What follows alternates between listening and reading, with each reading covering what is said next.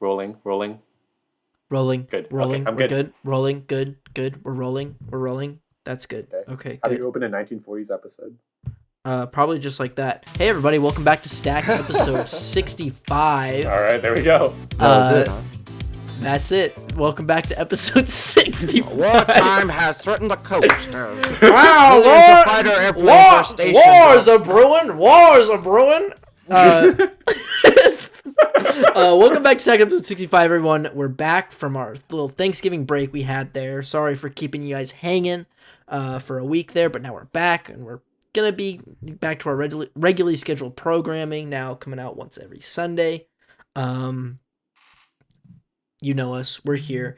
We're coming back with the Decades series. We haven't done a Decades episode in a while. It's been a minute. It's been a minute since we did the old Decades. And so we're going back. Last episode we did not last Decades episode we did 50s, so now we're going back in time to the 40s. Ooh, big year in cinema. Big year in cinema, guys. Yeah. Decade, you mean? Big year of times big 1 year times 10. There was a lot of it was crazy, right? That's how the 20s are going to be. The 2020s. That's how they're going to be remembered. What, big year? Yeah. Big year. Yeah. Big year, because it all blends together. Isn't it weird that the 2020s are probably going to be all defined by its first year? Yeah. Yeah, You know? honestly. New president. Hopefully something cool happens. Old president. Or Pandemic. Kid president. Kid president. Child baby president. They got to bring back kid president. It's fine. We're still rolling. I can sync that. They got Garrett got fed up with our Discord recording bot, just said fuck this, I'm out. They're talking about kid president. That might have been a record for how fast jokes left. He's fed up with our shit. Why does this thing crap out so much? I don't know, it's fucking ass. It's what I get for getting a free online recording software, but hey, it works, right guys? Right? 10 listeners listen to this podcast, right? It works, right? Anyways, you're what? I'm happy about that. That's good. I'm glad you're happy. We have such a small and beautiful audience. Yes, such a small and fruitful audience. They're small, but they're loyal. Loyal They're stackies. small, but they're large. Marge. Large and it. Marge and in charge. Marge. Remember Large Marge, everyone? Anyways, okay. We're losing our We minds. obviously haven't done this in a while. Yeah, 40s movies. Movies from the 40s. These are going to be the most... Ethan usually ask us, how did we... I haven't started yet. Hold on. I was going to say, what we do here is we gather the most quintessential movies of this decade. Chris, how did you come to put this list together of the most quintessential 40s movies? Tell me. I looked Please. at the 10 1940s films that I've seen, and I The narrowed 10. them down. That's about it. I have, Oh. after, I think, anything pre-60s, the number of movies I've seen starts to diminish significantly. That film studies degree is kicking in, man. I'm good with the contemporary stuff. Hey. I'm not good with the old shit. Hey, I'm good with the camera, man. That is true. He's very good with the camera. He is very Aw, good with the thank you, camera. Brandon. You Thank should you, look at guys. his stills, his images, his movies. All right, Mwah. Brandon. Mwah, love you. Mwah. Brandon, what about you? You've seen many a You're kind of a classic head. You like I the like classic classics. movies. I like the classics. You're sort of an Yes. oldie, if you will. Yes. Damn, Daniel.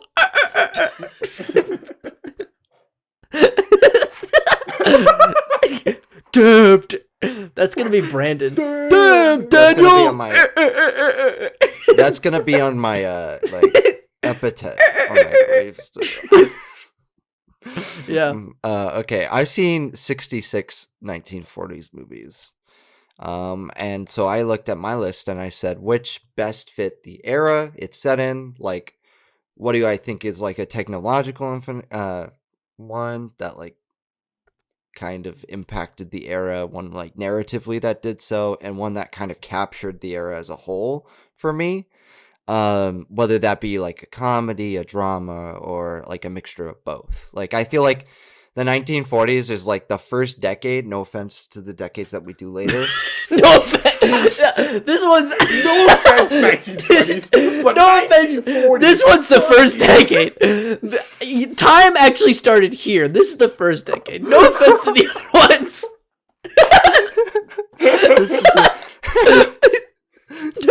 No offense, other 1930s. Nah, time didn't start. You're not the first decade. You're not even close. The 40s. That's the first decade. Like in the 50s and 60s, like movies started to like find their footing, right? But the 40s is like the first one where I was like, we're starting to have some great movies, some great directors, you know, continually producing like mature works of art. Not saying the 30s or 20s didn't, but I feel like it's less sophisticated because they were limited by their lens of what storytelling could be. Yeah.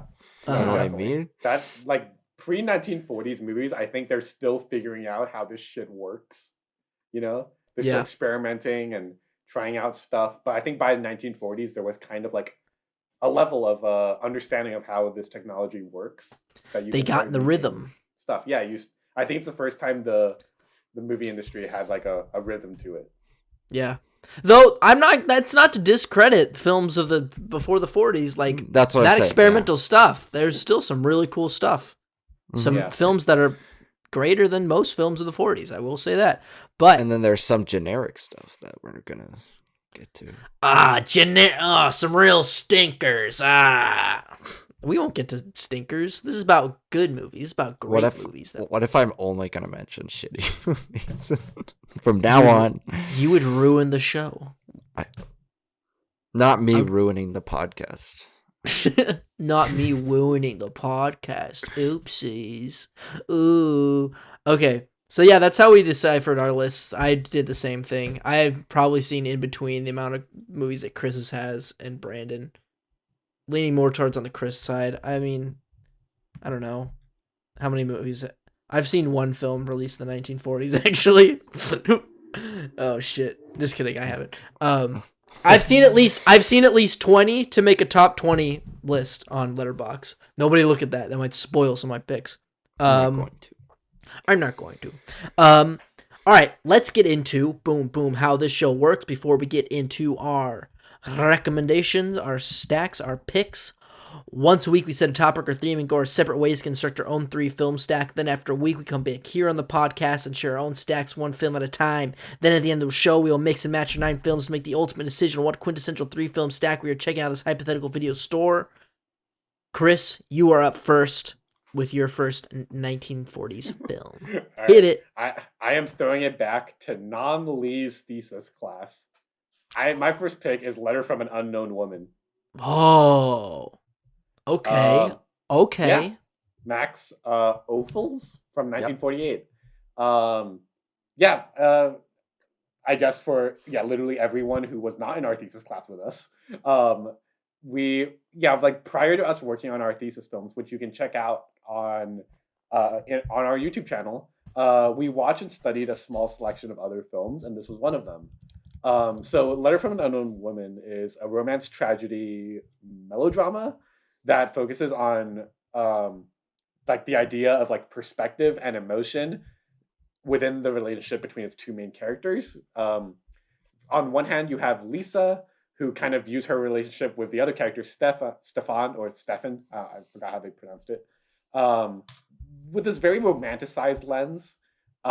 Meanwhile, Stefan is very, very much oblivious to it. And throughout the entire movie, you're kind of taken on a journey where you start to see how Lisa has kind of, started romanticizing her relationship with this person. Meanwhile, Stefan is kind of completely just like in the lost of it.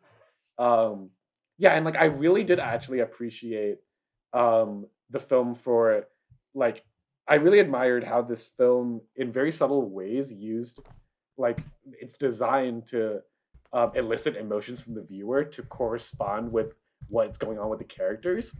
Romantic, if Lisa's experiencing a romantic moment, they threw in some very dramatic stylized lighting. And I think especially for the time, especially considering that this was also kind of the era where noir films started to come out, that was like a pretty cool choice that you started to get more stylized stuff like that in more like popular and contemporary stuff at the time. Yeah. This might be a little bit of a strange comparison, but I honestly think this movie and 500 Days of Summer would go really well together because they're both about viewing relationships. I agree with that. Ethan, Yeah. I keep bringing up this movie and you haven't seen it yet. Sorry, That's that's why on he's me. laughing. He But yeah, giggled. you know, I think this is a pretty cool movie. Very tragic and romantic, and I mean, one of my favorite movies of all time is a tragic melodrama. So go with it. What do you guys think of Letter from an Unknown Woman? Brandon, I know you're a big fan of this one too. I am. I think it's a really well made movie, very ahead of its time. Like I said, there are some 1940s movies that are very mature in its storytelling, and this is one of them. Yeah. Because I feel like not a lot of films from that decade are willing to tackle a certain archetype for men and women in society, especially back then, because they were afraid to confront the idea of gender identity. And in Letter from an Unknown Woman, you have the perspective of both man and woman and the perspective on love life and relationships, whereas one's like a man who's more focused on his own day-to-day affairs, as they say, and a woman who is like definitely in the dream zone of what is, you know, a real life relationship with somebody, you know. I think there are points of it that are certainly suffering from like years of like tropes, you know, like it does get repetitive at points, like their meetings over the years, and the kind of overly melodramatic nature of like the last third of the film, Yeah. Mhm. and her like fall into sickness or whatever, and how it like its message is very concrete. There's not a lot of movement there. Like my some of my favorite films are like sandbox movies, right? That you can kind of develop your own like perspective on, whereas this, it feels very like one note in its execution. But just because it's not that layered doesn't mean it's a great film. It's a very great film because it's very well made, and it is ahead of its time in its depiction of gender roles. Yeah. I mean, y'all are talking to some of the biggest experts of this film by the amount of times you had to watch it over and over again and study it, And you know, edit it. and edit it and sort of break down how this film tells what it wants to tell on a visual level. Yeah, this is like there is a serious like staple of melodrama that I love in the 1940s of sort of like romances that like people wishing what could have been, and like sort of a nostalgia, you know, of looking back and using memory in melodrama. I'm thinking of movies like I might not spoil it. I mean it might appear. I know Brandon's seen it, but Brief Encounter I feel like is similar to this. I feel like that one does things a little bit better, but sort of just of looking back, regret, love. You get that in this movie too. This movie is very shiny, you know? Like there's a shimmer to it all that just adds to the nostalgia of it. Which I think just like nostalgia is a big thing in melodrama, cuz like it just that is They a go hand in very hand. nostalgia is a very intimate emotion, and so is love. I feel like those are two of the most intimate feelings like a person can get, and I think this movie does a very good job at combining those two. I think I didn't love this movie. I thought it was good. I think some of the performances are a little over the top, I would say. Ending's pretty cool. This movie ends with a duel. I think all movies should end with a duel, you know? But yeah, I forgot about I mean, that. yeah, this movie ends with the dude going off the duel, and we're like, Well, all right. we don't see it. You don't We see don't the see duel, but the movie ends with a duel, so you're like, all right, go have fun at the duel. The last duel. That doesn't really spoil anything. You don't know why they're having a duel. They just have a duel, you know. But yeah, good movie, great pick. Yeah. Brandon, what's your Yeah. first 40s pick? It is one of my. I don't feel like I've talked about this film much, if at all, to you guys. It's a 1946 film by William Wyler. What? It's called The Best Years of Our Lives. Ah, Have you heard of this one? I've I heard don't the think I title. have. It's a very iconic film title. It won Best Picture in, I think, 1946, 47, one of those Mhm. years.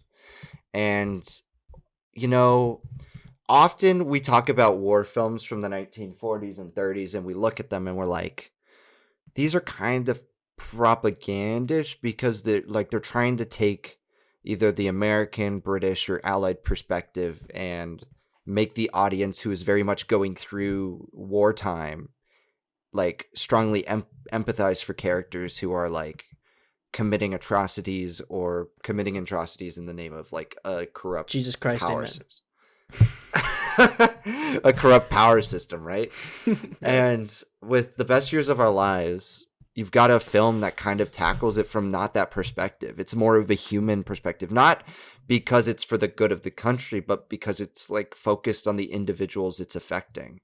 So Yeah. it focuses on these three GIs heading home from the war because it's over, it takes place after the war, and it follows each one of their like re-entries into society.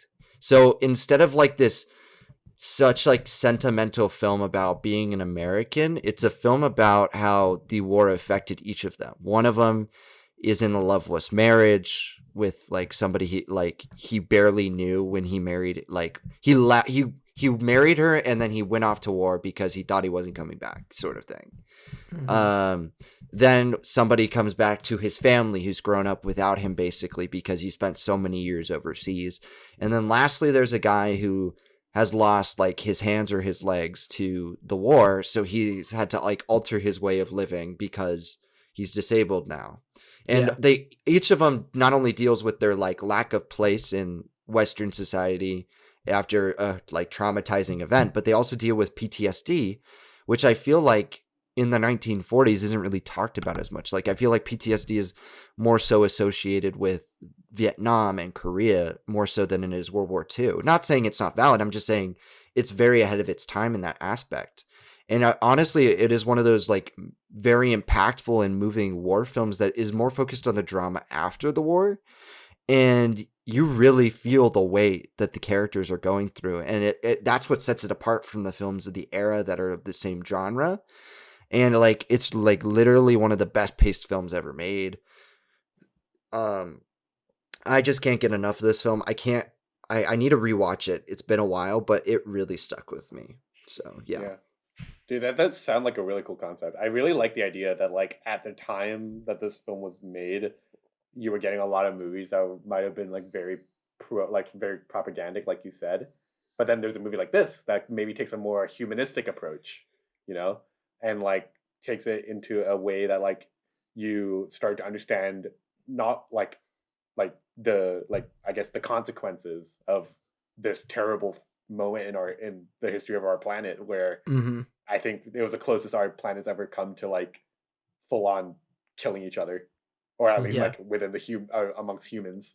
But That's like, not to say like the war wasn't like valid, I'm just saying it's like the way it tackles it yeah, is. and yeah, Brandon's Those the Cold Germans, War. they were nothing.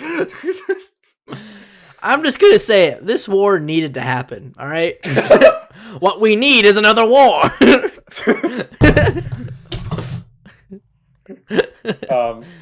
Yeah, it is a really cool idea that like this movie took a very humanistic approach to it, and I think especially it's films like that. I think throughout history, when they challenge what's going on, that's when you have something that can be really meaningful because Right. it really does actively interact with the world that that it's exposed to. Yeah.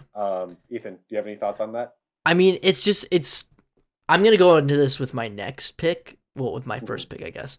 But there's so much great post-war, like not even post-war, like mid-war cinema. You would think that with such a cataclysmic, like century-defining event, World War II is almost century-defining. I would say. You would think there was a bit more. People would pause a bit more before making movies about this stuff, but because film grew as the war grew, they sort of grew together, And it's so interesting to see 1940s films talk about the war and how unafraid it is to expose what is going on, you know? Like, there are a lot of films that don't romanticize the war efforts. On both, like, on many sides. I'm going to talk about a film from the other side that doesn't romanticize their country's actions and stuff like that. And it seems like here it doesn't either, like with what happens to the soldiers and anything. I find that really interesting, and I gotta check this film out. I gotta see what it's all about. Yeah, definitely do. And speaking of that film that I was talking about, my first pick is, what did you say? Did you say God? I was like, God, he's just gonna steal my thunder now. What? No, I'm not gonna steal your thunder. I'm developing the conversation. We're continuing this conversation with a new film. The storm. I'm building the storm. We're already on a roll here, so I'm moving the wheel forward, man. What this film I. All right, moving forward. Never mind. I'm actually gonna pick another film. No, so this film. Okay, this film is. I had to choose a Akira Kurosawa film because I think he is really strong in the 1940s with film.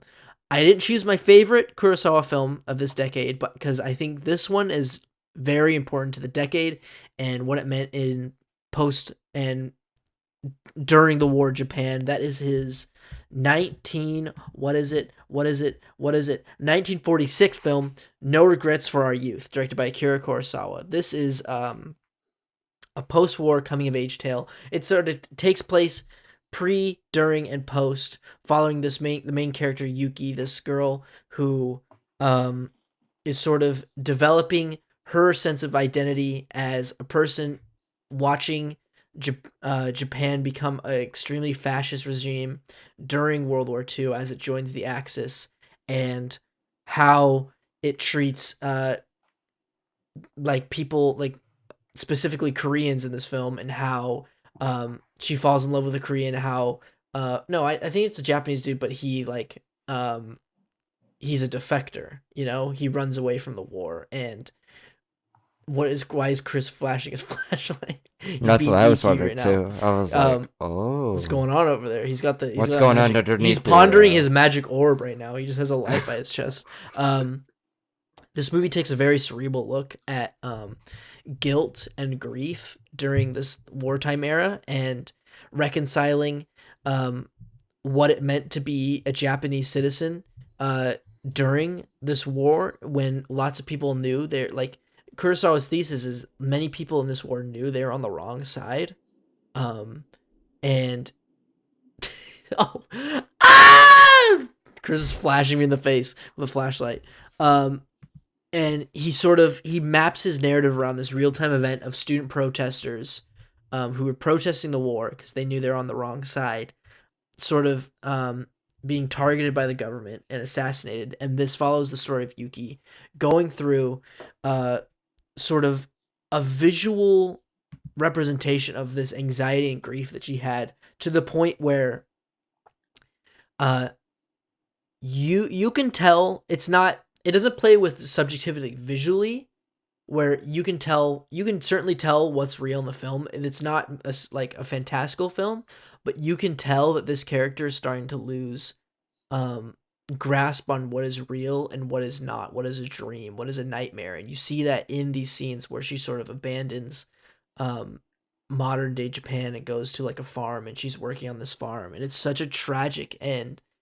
You can just feel it to the core. And I think it's one of the most powerful World War II stories, because you never see any battles or anything. It's clearly from a pedestrian, a civilian point of view. And it just shows how grand of a scale how grand of an effect this had on the people during this time, and why it's such a significant event. So, have you guys heard of this movie? I know it's not one of his most popular ones, but it's one I extremely recommend. This one and Stray Dog.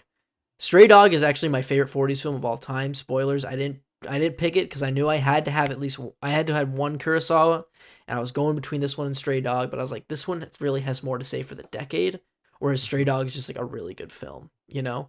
So I picked this one as a culturally significant film for the 1940s. But check out this film and check out Stray Dog. Chris, got anything to say about No Regrets for Our Youth? Anything, fellas? Anything? It's a good movie. I don't know. I mean, I fully believe that's a good movie because Kurosawa made it. Yes. And, He can do no wrong. that guy literally has not done wrong. Never. Yet. And He's dead. He'll come back. I don't know. His next one. I'm a little nervous for his next one. But yeah, from what you described, that sounds like, and that's one thing I really do love about, especially Kurosawa, is that his films always they're both personal, but also deals with abstract ideas about life and history, and just it's personal but grand as well. And I think that's what makes Kurosawa's films so exciting, especially at least to me. And having a film that he makes kind of be in response, I don't know if the word is in response, but I feel like it's in dialogue with what's going on in his country right now. Yeah, and I feel like that's so because it's fresh, especially us being removed from that era, because we weren't fucking alive. What an interesting thing for us to watch. A person at the time artfully expressing the way they feel and having that discourse through their art.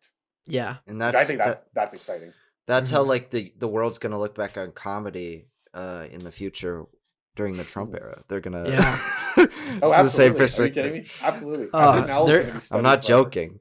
I'm a little joking, but I agree. It's a similar. I'm joking because there's so much media today. It's a little easier versus the 1940s. I don't know if there was many films that tackled such a civilian perspective during the war. Maybe you could consider more modern films, something like Jojo's Rabbit as an examination of that. Yeah. But nobody who made that film is it's an adaptation, but barely. Mm-hmm. And it's and it's not even all that serious, right? But here it seems like you have such a grounded vision of what is war, and I find that perspective amazing because it's the ordinary people that kind of intrigue me. And how they evolve because you often wonder because of the way the American media or Western media portrays Axis powers from all the wars in our history classes, are they mindless drones to their totalitarian dictatorship, or is there an internal struggle going on between who they are as a country and who they are as individual people? Because there's obviously dissenters, but I'm sure it's goes both ways. There's another 1940s film that also sort of tackles that. I didn't choose it, but it's called The Mortal Storm with Jimmy Stewart. Mm-hmm. And it's very much about a similar thing happening in Germany at the time of World War II. Right. So yeah, a good pick. Why thank you. Thank you. The Wind Rises also kind of does that, if you think about it. Whew. Such a good movie. Chris has not a 40s film. Chris, what? That is your next guilty film you have to watch. What is that, Chris? Oh no! Get that out of here! Get that fucking out of here! All right, Chris, what is your second pick? Is it John Cena in his underwear? If that were a movie in the 1940s, I would love it. If that were a movie, oh shit! My next movie is an animated movie from the 1940s, Fantasia. Yes, I was so close to picking this one. I had a feeling maybe one of you might, but all right, just me. All right, just me. No, it's a good movie, Chris. Chris, I literally had this on my stack, and then I've remembered another film, and I had to replace it. But this was on my stack. It was a near double stack. There are people who don't like this movie though, so they're fucking weird. That's true. They are weird. Oh God, Fantasia. How do you explain this movie? So, for its time, this probably was one of, if not absolutely, the most cinematically ambitious piece of film to come out. I feel like for its time, in terms of the world of animation, they weren't really doing anything like this yet. Certainly, within the animation genre, as I like to say, Um, Genre. yeah. Yes, the genre. So, Yeah. oh gosh. So, okay, correct me if I'm wrong because it's been a while since I've seen this, but this is a film like consisting of what is essentially 8 short films, Hmm. set to music composed by Leopold Stokowski. Hmm. Stokowski, yeah. Stokowski. Um, yeah, I saw this great video on YouTube talking about like the ingenuity and the creativity that went behind the animation for this film and why so much of what went forward in Walt Disney Animation was pioneered by the techniques and that were developed in this film. Um, and like obviously prior to this, like I mean, you had some of your classics Disney princess movies, but this was a movie that I think kind of shook that up a little bit. And not only did it help to reinforce and define the kind of Disney magic that we all like can identify, but also kind of elevate it and bring out like glimpses of what Disney can do when they really push themselves to do something a little bit more daring than what is typically safe. It's a great. I think this is also a great example of a movie that shows the power of music and image together. There's Hmm. such a there's such a feeling to this movie when you kind of like I always felt like whenever I watch a movie, it felt like going to the opera, like because you just kind of sit there and you vegetable out and you're just like beholden to the images and sounds that come out of the screen. Um, yeah, I think it's fantastic. Night on Bald Mountain scared the ever living shit out of me as a kid when I first Hmm. saw it. I don't know about you guys. Low key, it still kind of scares me. But what do you guys think of Fantasia? Ooh. Brandon. I feel like as a Disney history person, as somebody who's like, Disney's been ingrained in my. I mean, I'm sure it has been for you guys as well.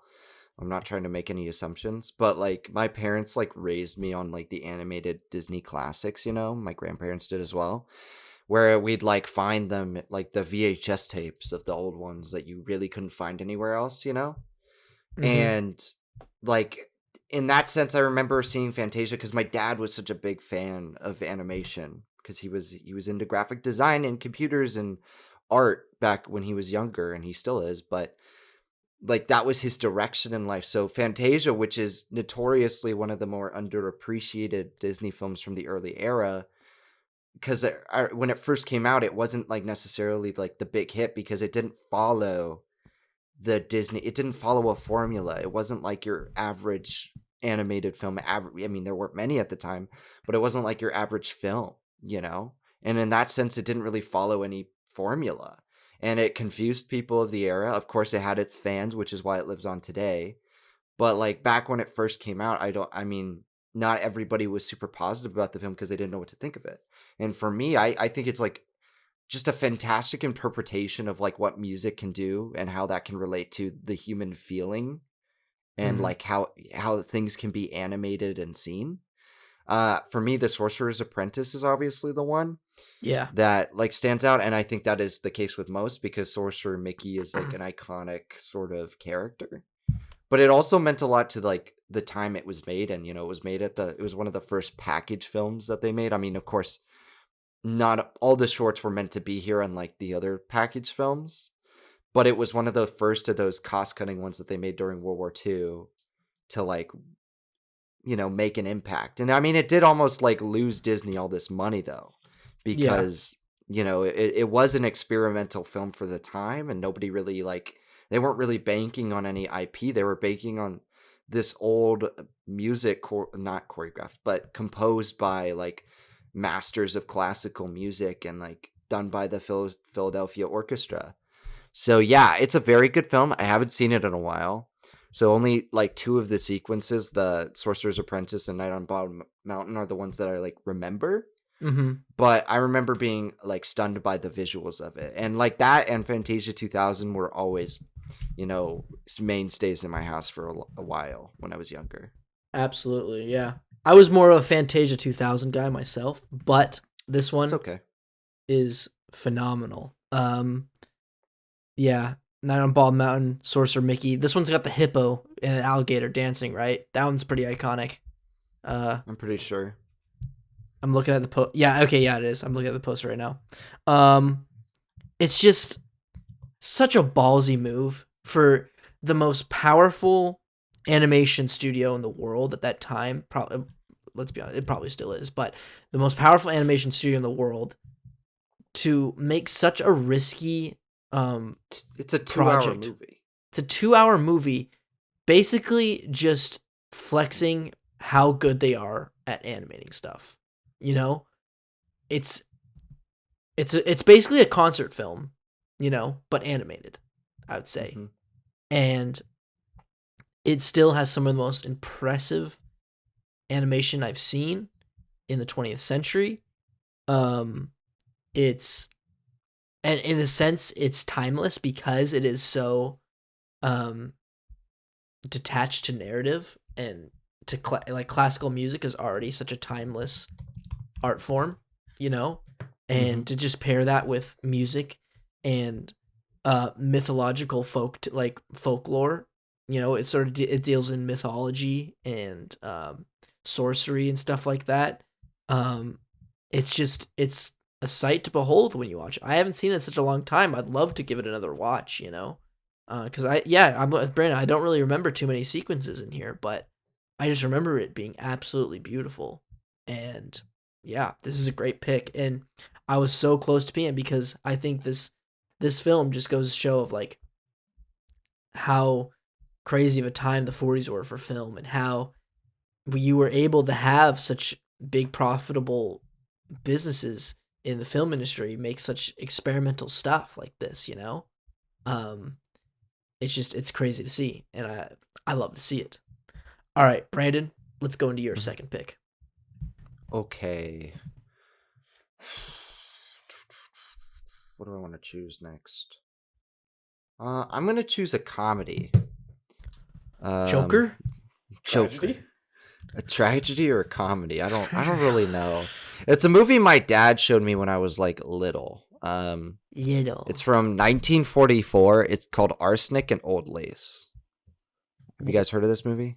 I have heard of this movie. I haven't seen it. What's it about? It's a Frank Capra movie. So you already know it's the guy who's behind It's a Wonderful Life, a fantastic movie. Chris, you would agree, right? Made me cry. It's a great movie. It's okay. a movie about. Oh no, continue. Brandon, be the best. It's by. He literally can. I just realized. I could just go over to your room and go. Yeah, I was like, shit. I was gonna taunt you more, but I'm like, no, you actually can come pick me up. Anyways, continue. Mm-hmm. It's about these honeymooners who come back home to meet their family. The Fockers. No. And two of these sisters of the main character are murdering men and putting them in their basement. And the man who is like coming home to his sisters doing this is like trying to hide this from his new wife. And it's like a black comedy, like of all this, like it's like kind of like these innocent old women do it, or are they older? I can't remember. It's been a while, but I really enjoy it, guys. Where they're like doing this, and like he's unsure of like why or how they're getting away with this, but it's kind of like a screwball comedy, but mixed in with the dark comedy of like a modern era film. So in that sense, it plays into like what future comedy would do, with like a darker subtext and like with less censors on it. Now, it's not a very gruesome film by any stretch of the imagination, despite it being like sort of murderous, but they're poisoning people, you know, they're doing it for good reason, I guess. And it was originally based on a play that ran on Broadway, and you guys ought to see the movie. It's super funny. I think I have it on DVD, so if we want to check it out, we can. It's a very simple film, but one I think you guys would like. What the fuck? I was recommended this one to watch during my July classic movies. I didn't know you had it. Yeah. It was the only one I couldn't find anywhere. Mm-hmm. It's a tough find. Legally. Mm-hmm. Yeah, this sounds good. I mean, 1940s comedies, they're great. There's some really good ones. Lady Eve. I don't know. Maybe. I didn't pick it myself. Remember that one joke that you fell out of your chair? I literally fell off my chair because a character on screen fell out of their chair and I was laughing at them. Anyway, that's not. Did anyone? Okay, yeah, no. Yeah, good old comedies. Like I think, His Girl Friday's pretty funny. like we were stepping out of visual comedy to more like dialogue and paced comedy in the 40s, because now we are getting more into sound and filmmakers are getting more comfortable with sound, you know? So sure, there is plenty of visual comedy in the 40s, but now we're getting to find jokes like through dialogue and everything like that, and how characters pace, how they present themselves and present how they speak. And that's just like, it's such a special decade for comedy, the 1940s, and it seems like this was a film that sort of championed that too, and I want to check it out. I didn't know it was a comedy. I thought it was a musical or like I don't know. Nope. Just a comedy. Just a comedy, says Joker. Chris, what do you think? I mean, like, I've only seen It's a Wonderful Life, and like, Brent, would you say like, I mean, it's a comedy, and Wonderful Life is like a drama. Mm-hmm. It's a pretty straight drama. Mm-hmm. But like, from watching It's a Wonderful Life, I can totally imagine like there's like I can imagine like his style like transitioning over really well. Well, It's a Wonderful Life does have some comedy in it. Yeah, there's like elements of comedy, and like there are like, so like I can totally see like why Frank Capra like would excel at both. And I mean, beyond what you told me, like I don't know anything about this movie, and the only point of reference I have is It's a Wonderful Life. But I mean, like, yeah, 1940s comedies, like I think this is kind of when we're starting to develop Hollywood's identity and figure out like what works at least what is commonly considered what works and what doesn't. And like I think it's films like these that really do exemplify that. Mm-hmm. I mean, yeah, that's all I have to say about it. When you have somebody as charming as like Cary Grant in the lead role, you know, Ooh. he's like a leading man of the 40s through 60s, you know. He's like your classic leading man who sometimes plays the straight angle, and here it's like he's kind of a mixture of like straight man and like screwball.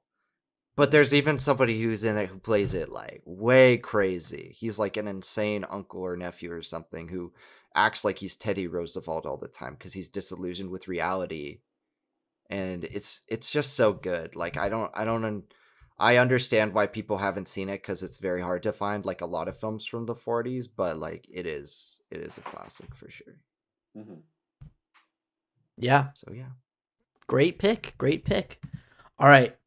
I'm gonna go. Oh my God, this is a long episode. We got a lot to say. about the 1940s. Look at us. All right, so I'll pace it up a bit. I'll go a little fast. You know. So my film is a 1946 film.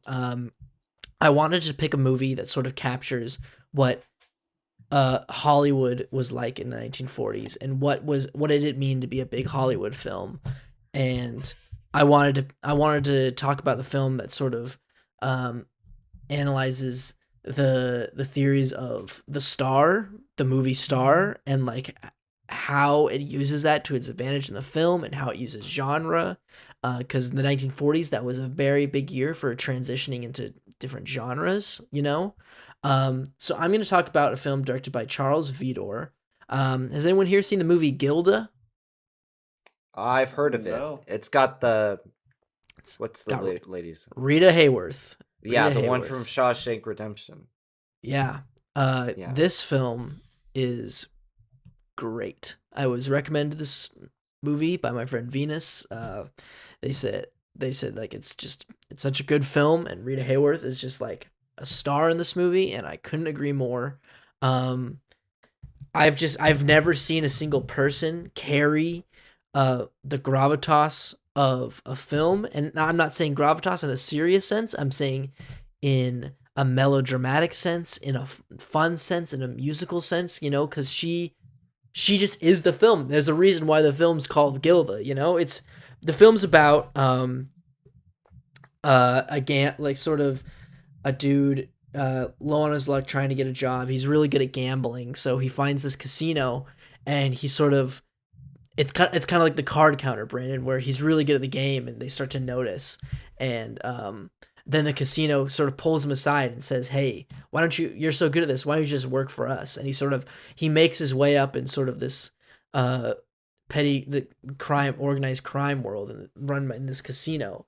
And during these, he runs into Gilda, who used to be an old flame of his back when they were both very poor, but now they've both moved up in the world, and there's still tension between them that they need resolved. She's sort of in a bad place. She's now the wife of the owner of this casino, and the movie sort of plays with this tension, sort of going off the nostalgia that we talked about in melodrama in the 40s, and also just plays into some noir of this organized crime in the casino.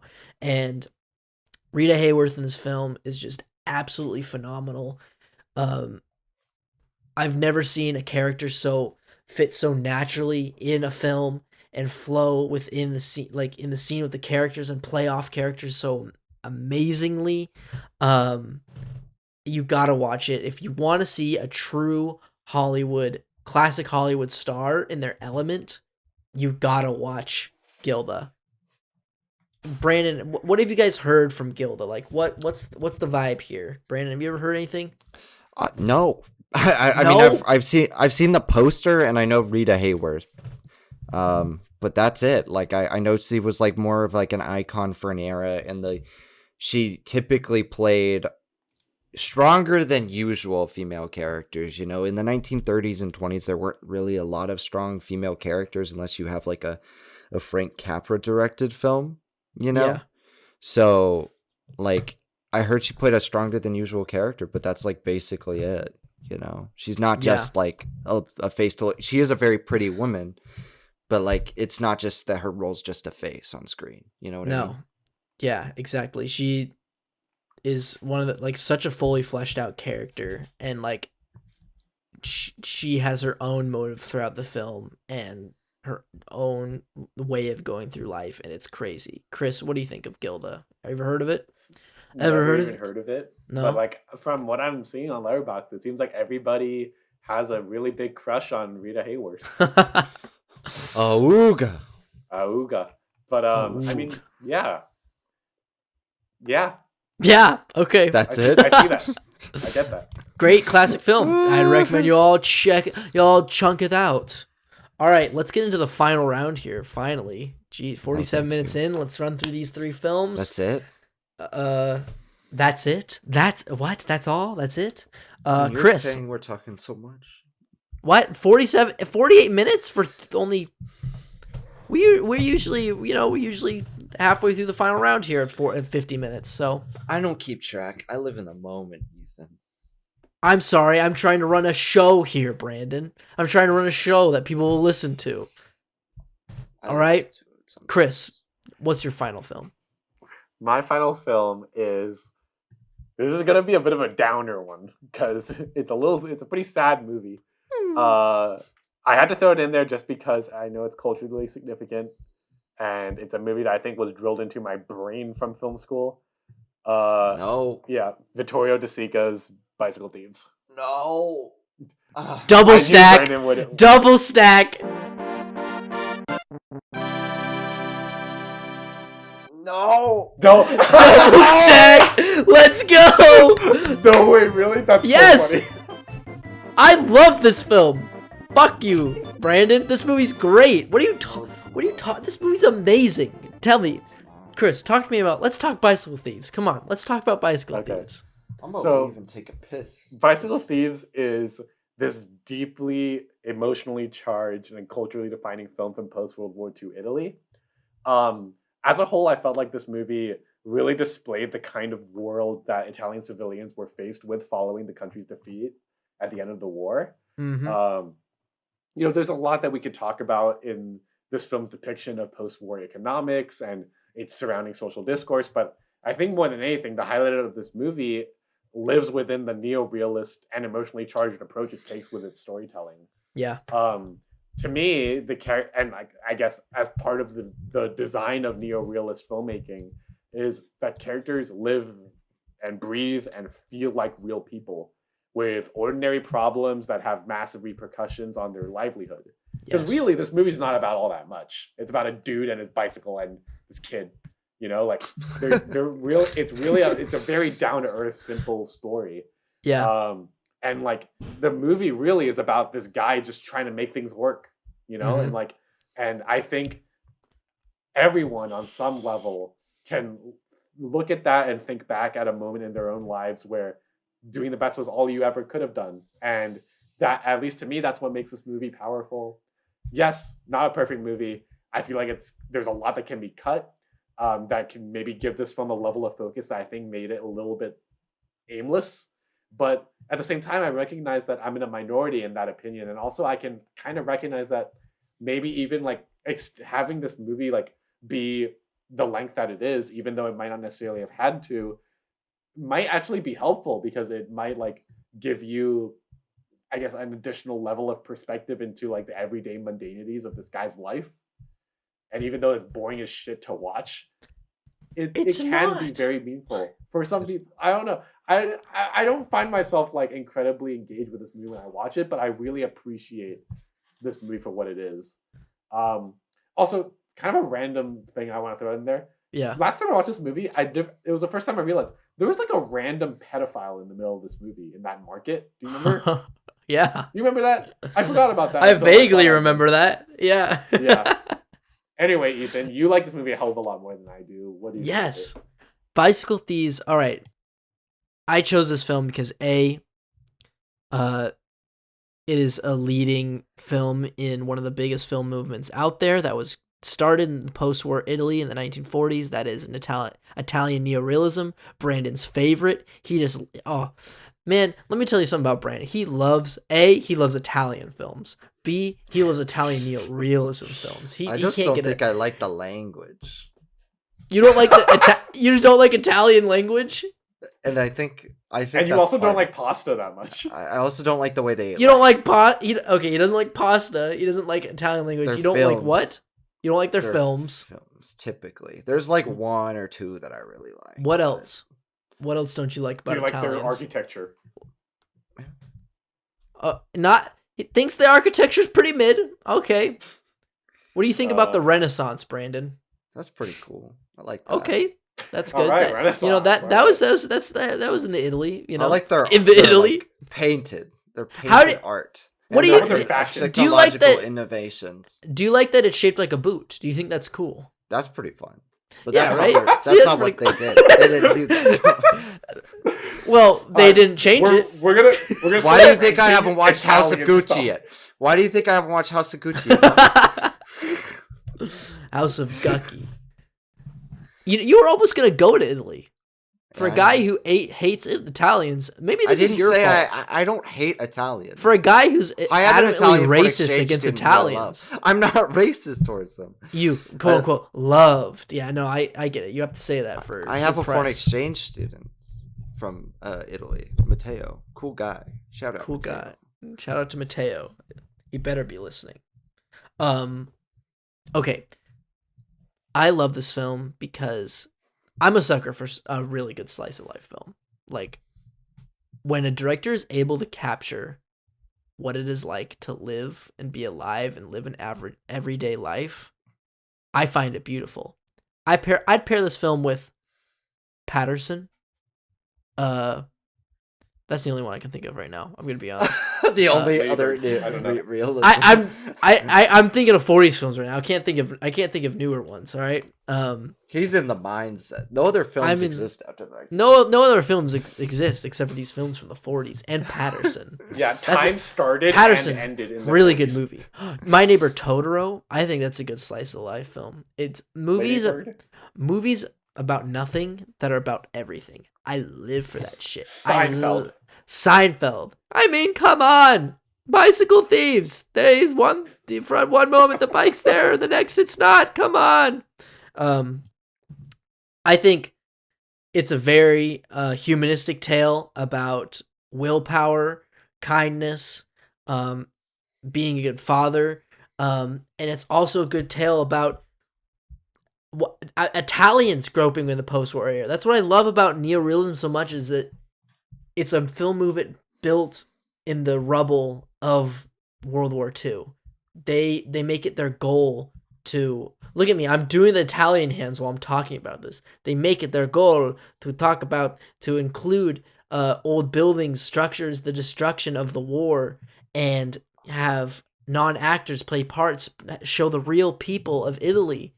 I just think it's so cool.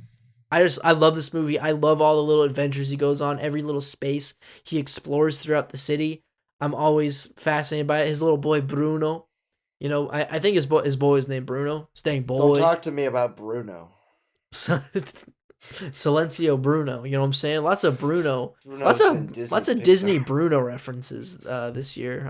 I don't know if I like it or not, but I don't know.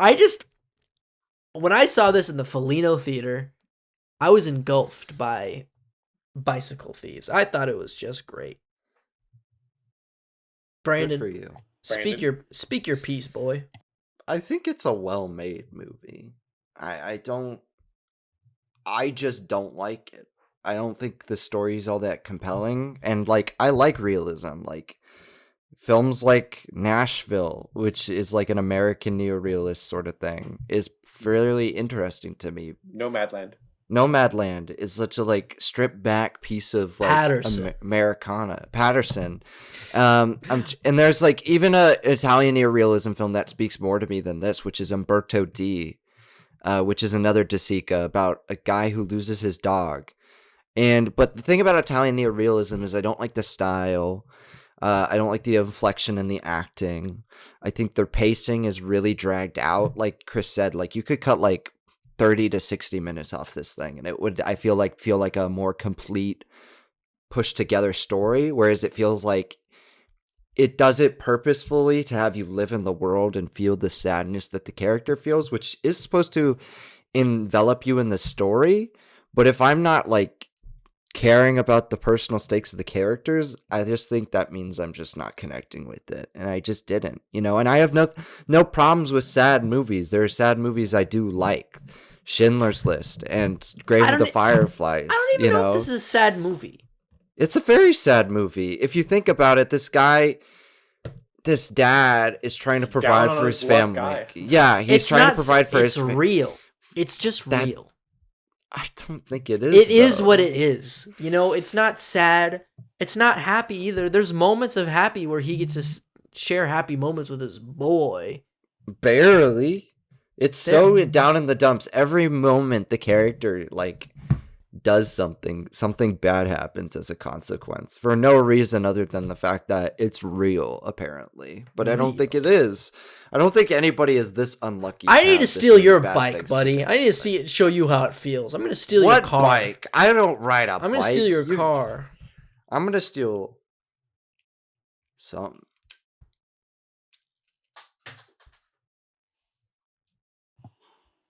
Why did everything go quiet? Because he left. I don't know. He's gonna go steal something. He's gonna go steal something. I don't have a bike you can steal. All right. Well, that's Bicycle Thieves, Brandon. Let's talk about your last film. What is it? Okay. What is it? I'm just holding because you're.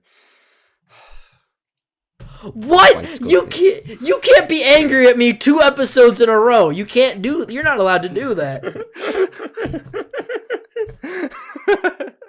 You can't tell me what to do. Just kidding. I have a 1946 film by Powell and Pressburger. I chose A Matter of Life and Death.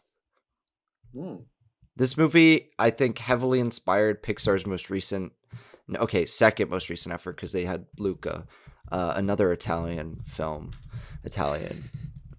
That is fucking Italians. Is Soul. And this is a movie all about a guy who dies too early, but they mix up the person who was supposed to die. So they were supposed to go to heaven, but they didn't. They kind of ended up in purgatory. And it's I don't know why this guy is alive when he shouldn't be. He was on the list to die. And heaven's oh, we had a mix up, what the heck just happened? And it's dealing with somebody who is very much out of the place at the at a time where they were supposed to be dead. They're not.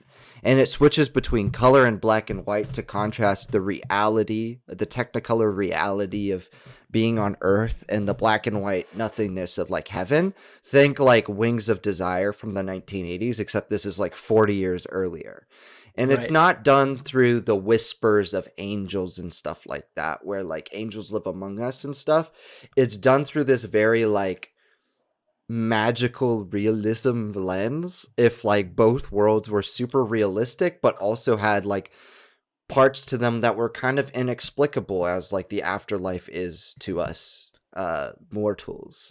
So I think it's a very fascinating film from that sense, because it tackles both, you know, stylistically it's very like crazy, because if you're switching back and forth between color and black and white when people weren't really doing that at the time, with the exception of like the Wizard of Oz and some animated features, and then like from a thematic perspective, you're dealing very much with like the realistic repercussions of the afterlife and serving in a war, because it is a war film, but like the war has less to do with it than it does the philosophy of being somebody who is going to die, or who is supposed to die and didn't, you know, because they have to very much compromise with that. And in that sense, like Soul feels very much inspired by this. Like this was like a precursor to that, and in that I really respect it. Yeah. Unfortunately, I don't think you'll like it, Ethan. Why? Because it's British. No, but there are very few British people I'll make an exception for. David Niven is one of them. I love that dude. He is a fantastic actor, and I will never be bigoted towards his Britishness, because I think he is a great, outstanding British man, and I want to see this movie because I think it deals with topics I am very much interested in, the matters of life and death, and what it means to be alive and dead, and what it means for our time to be up, and sort of fatalism and stuff like that. You know, I think that's pretty cool. Chris, I know you have a very existentialist mind. What do you think about this film, since what you've heard? You know, Well, I mean, like, Brandon, you immediately compared it to Soul, which you know annihilated me around a year ago. This time. It's not as emotionally impactful as Soul, but it is very good. It's intellectually stimulating. Yeah, and I think that is something that I think, like, you know, if like this movie does sound to me like a very like like you said, Ethan, like existentially stimulating film to contemplate, and I think, like, you know, that is the closest thing that I have to like any form of worldview or religion, I guess. And yeah, like I think like being able to comprehend and contemplate that, I think that's always something that is very ambitious for a filmmaker to do, is to tackle these grand concepts of life and existence and being and humanity.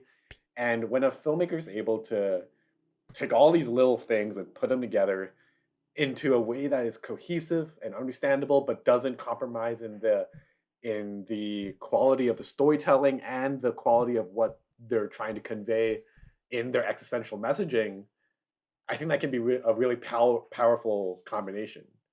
And yeah, I mean, I'm sold. I literally just added this to my watch list because, I mean, existentialism, like, I'm there. So it's another movie I own. So a lot of people are like dealing with this guy's like madness, and like they're like, wait, how did he survive that when like no one else did? And it's like, is there something special about him? And he's talking about all this stuff with like, because he like got a glimpse of, I think, the afterlife or whatever. Like people were like super curious. So it also delves into like that realistic impact that something like a near-death experience would have on somebody. And if you look up Staircase or Stairway with the idea or concept of, or not the idea or concept, just the movie A Matter of Life and Death, you'll see that like that sequence, you know, where Joe is heading up the steps of the ethereal like stairway to the white death that is at the end of it. Yeah, there is a direct inspiration from this movie. Cool. So I don't want to spoil it for anybody who hasn't seen it, but if you want to check it out, I feel like that's a good way for you to like jump on the bandwagon. Definitely. Convince you to watch it. Yeah. I want to see it so bad. All right. Another movie I own. I own all these. You got the Criterion, don't you? You bought that I do. recently. And I want to watch it someday. Alrighty. Well, let's get into rolling back our picks so we can pick our final stack. So, Chris, why don't we start off with your stack of 40 films? Yep. My films were Letter from an Unknown Woman, Fantasia, and Bicycle Thieves. Brandon? I had A Matter of Life and Death, Arsenic and Old Lace, and The Best Years of Our Lives. And I had Totally No in Regrets. order, by the way. I don't care. I don't even care anymore. I'm going to be honest. No Regrets of Our Youth, For Our Youth, not of our youth, Gilda, and Bicycle Thieves. All right, so thankfully, Bicycle Thieves is ending up on the final stack because we did double stack. I'm okay with that because I don't want to talk about it ever again.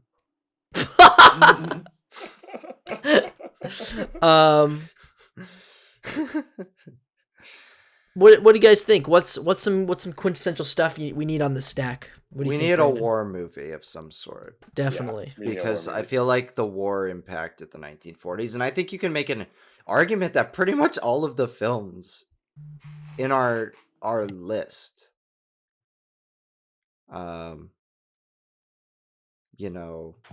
have to do with the war. And like Fantasia, even that Yeah. has to do with it because they were like, we need to do something different, and it wasn't necessarily the most cost-effective thing, but it was still there.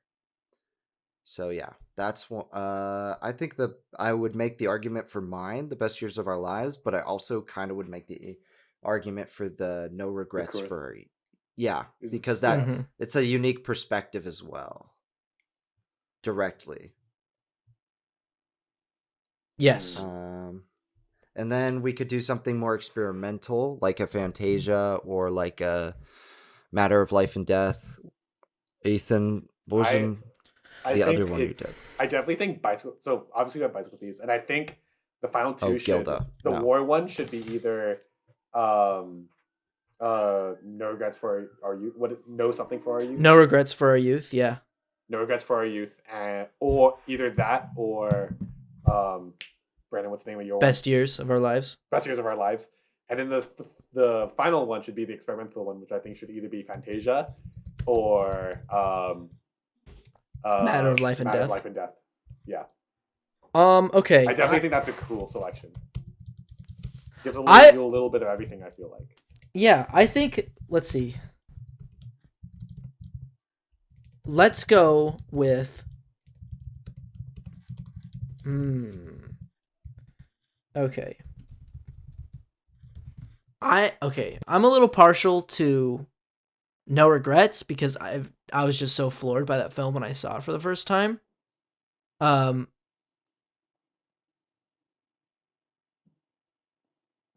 think that and Fantasia is good. I think that's a good solid thing because I think Fantasia is, I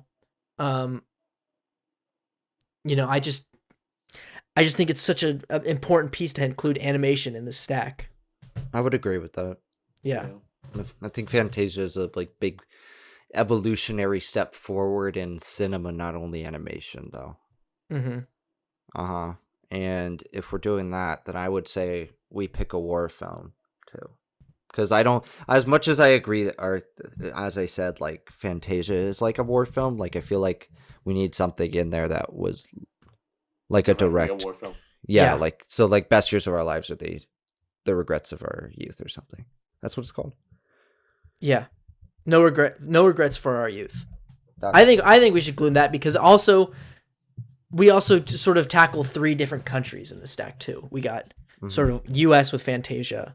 We got Italy with Bicycle Thieves, and we got Japan with No Regrets for Our Youth. All of which were major players in World War II. Yeah, that's true. That's true. Okay. And we could, if we did a Matter of Life and Death, that we could have had British too. I don't know. Let's do No Regrets. It's wartime. It's war adjacent, but if we're already doing Fantasia, we can't put A Matter of Life and Death on there. This is a kind of a sad stack. I'm not gonna lie. It is a very depressing watch. Yeah. But the 1940s were such a sad time. Fantasia's your moment of levity in it. Mm-hmm. So, because Yeah. like I don't think there's much sadness in Fantasia. There's like bittersweetness in there, but they're not like not a lot of sadness. You know what I mean? Yeah. Yeah. So I think that's our stack. What order? I think either Fantasia last or Fantasia middle, but I don't think Fantasia beginning. No, I don't think Fantasia should start. And I don't think Bicycle Thieves should end it. So I think I think Bicycle Thieves should start, then No Yeah. Regrets, and I think Fantasia should end it. I think that's good. Okay. Progressively less sad, maybe. Yeah. No, I think it's just very sad until Fantasia. I'm gonna be honest.